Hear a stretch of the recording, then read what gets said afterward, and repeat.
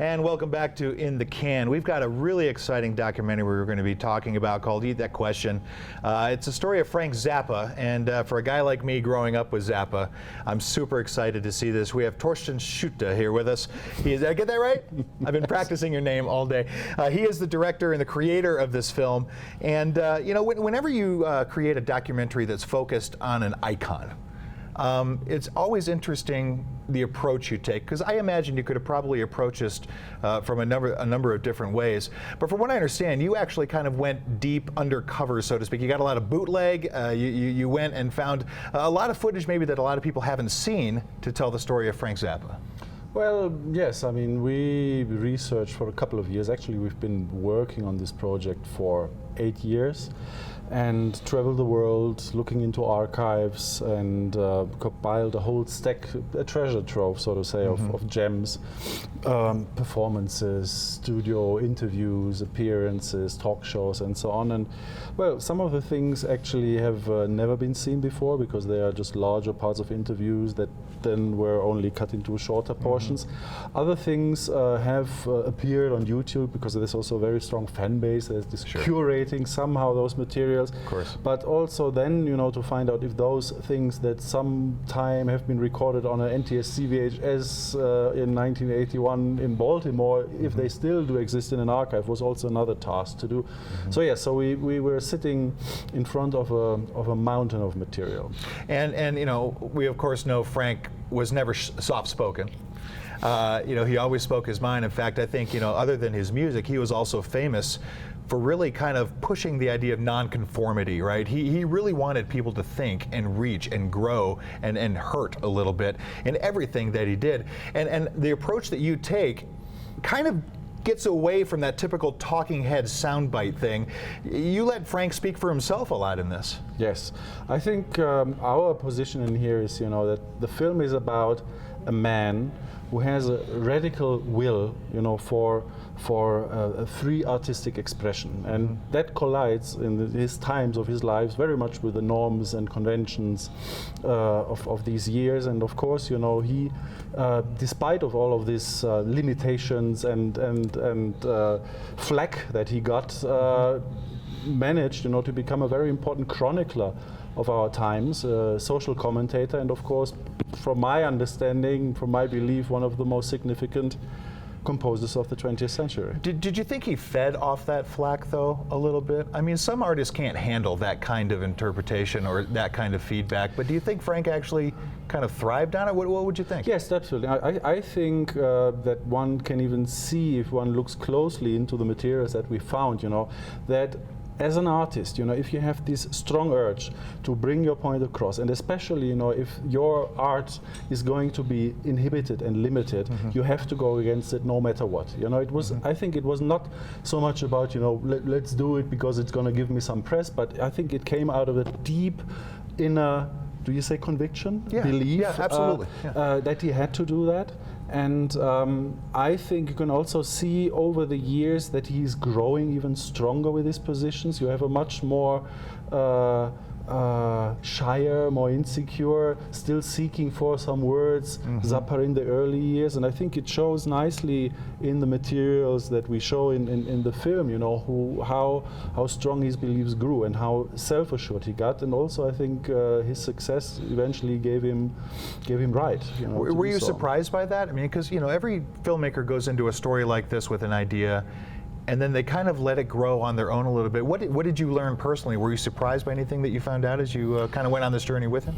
Well, look, I think if you look at the music documentaries these days tend to be very formulaic. You know, we have archive, you know, and we have the usual suspects of concerts talking about how great somebody was and this and this and that, and all fine. You know, we like those documentaries. Maybe we have seen some of them a little bit too much, you know. But what I was, and there's also Zappa documentaries that work like that. But the thing that is lacking in a way in there, that you don't give a person the time to really express himself thoroughly, and a lot, if in those vox pops, those shortcut tidbits of interviews, certain things get lost, and if you have a closer look at that, then I think you somehow get a feeling to look behind somebody's eyes and learn with a person, what are his modes of his expression, what are his ways of bringing his strategies also, because of course there's also strategies how to handle the media. I mean, today every artist gets like personal training of how to do that, but I think back in those years, I think he was training it on the job. I was going to say, I think he may have done a lot of artists a great service in our day as a trainer himself. Yeah. But maybe that's where it comes, that's why it takes 8 years to make a film like this, right? Because you're looking between the cracks, you're looking around the corners a little bit to try to find different dimensions of the man. Yes, I would agree. Yeah, well, good. I'm glad. Well, we're very excited to see it. In fact, we are going to take a look at it right now. Eat That Question. Let's take a look. And I love that quote that we just ended that clip with, the idea of that you're never going to be able to please anybody else, so you may as well please yourself. But the weird irony of that is by doing so, he pleased a lot of people.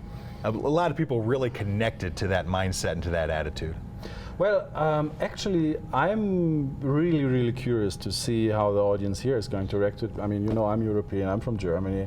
I am born in 1966, so yes, I saw Zappa live, but now bringing such a film to an American audience, and I think this film is, yes, it will hopefully work worldwide, but primarily it's speaking about American culture and an American artist.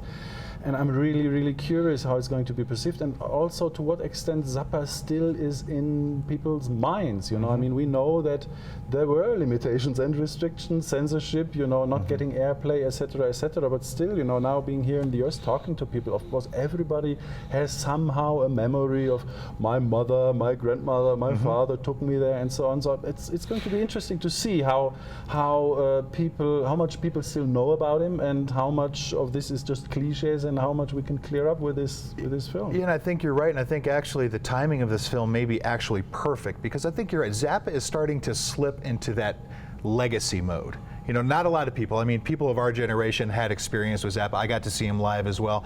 But everybody maybe have a fragment or an idea of what it is, and they're going to bring something different to this film, each and every one of them. So like you said, I think it will be very interesting to see what individuals will draw away from it. I think this question is still up. I remember some 23 years ago, I did an interview with Tom Fowler, who's a bassist who played with Frank Zappa from 72 till 75.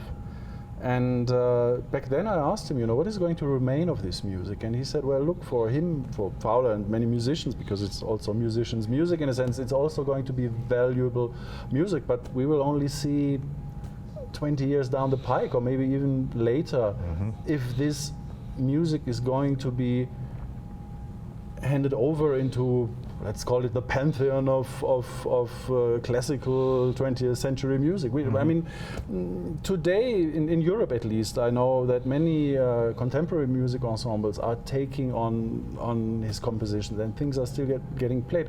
So I wish, that he will become one of those all-time favorites, but we don't know. As you said, it's somewhere there in between. Sure, and I think your film may provide the ultimate litmus test to see if that's actually true or not. Let's find out tomorrow night, actually. I right? wouldn't mind. Yeah, I know you. And tomorrow night, you're going to find out exactly what you're asking right now. You're going to see this for the first time with a live, uncontrolled or not hand-picked audience, right? Yeah. So it should be very interesting. You're going to stick around for a Q&A, I suppose, after that. Yeah, I think there's 4 screenings in the next days, and I'm really looking forward for that experience here in America. Good. Well, make sure you check your program guide and see Eat That Question. It's going to have a life after Sundance, I'm sure of it, but it's always fun to see it on the big screen, so make sure you check that out. Torsten, thank you for being here very much. Pleasure. Good luck with the film, Pleasure for and inviting we'll me. have more in the can after this. Stay tuned.